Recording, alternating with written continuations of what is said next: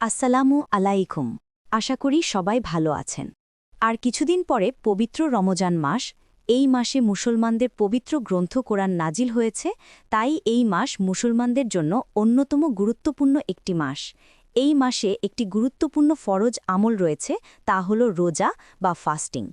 ১৪০০ বছর আগে মহান আল্লাহ আমাদের উপরে এক মাস রোজা রাখা ফরজ ইবাদত হিসেবে প্রদান করেছেন।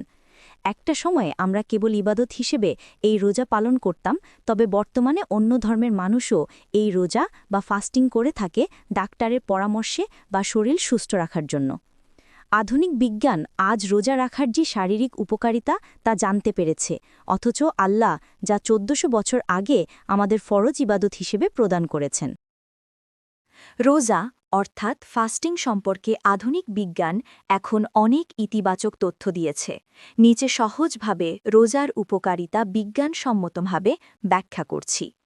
রোজা থাকলে ব্রেইন ডিরাইভড নিউরোট্রফিক ফ্যাক্টর নামে একটি প্রোটিন বৃদ্ধি পায়, যা স্মৃতিশক্তি ও মনোযোগ বৃদ্ধি করে। গবেষণায় দেখা গেছে রোজা আলজেইমার ও পার্কিনসন্সের রোগের ঝুঁকি কমাতে সাহায্য করে। হৃদযন্ত্রের জন্য ভালো। রোজা রক্তে কোলেস্টেরল ও ট্রাইগ্লিসারাইড কমায়। এতে রক্তচাপ ও হার্ট অ্যাটাকের ঝুঁকি কমে যায়। শরীরে প্রদাহ অর্থাৎ ইনফ্লামেশন কমে, যা হৃদযন্ত্রকে সুরক্ষা দেয়। হজম ও লিভারের জন্য উপকার। সারাদিন না খেয়ে থাকার ফলে হজমতন্ত্র বিশ্রাম পায়, যা পেট ও লিভারের কার্যক্ষমতা উন্নত করে। লিভার তখন জমে থাকা চর্বি ভেঙে শক্তিতে রূপান্তর করে, ফলে ফ্যাটি লিভার কমে। ওজন ও চর্বি কমায়। রোজা ইনসুলিনের মাত্রা কমায় এবং শরীরকে চর্বি পোড়াতে বাধ্য করে।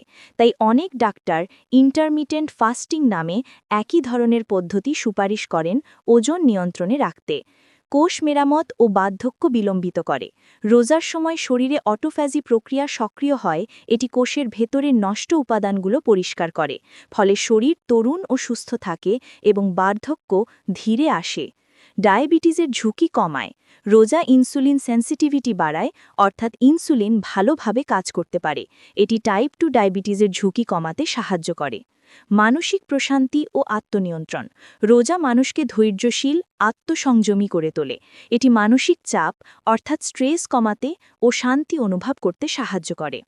আধুনিক বিজ্ঞান বলছে রোজা শুধু ধর্মীয় ইবাদত নয়, এটি একটি প্রাকৃতিক চিকিৎসা, ন্যাচারাল থেরাপি, যা শরীর, মন ও আত্মাকে পুনর্গঠন করে।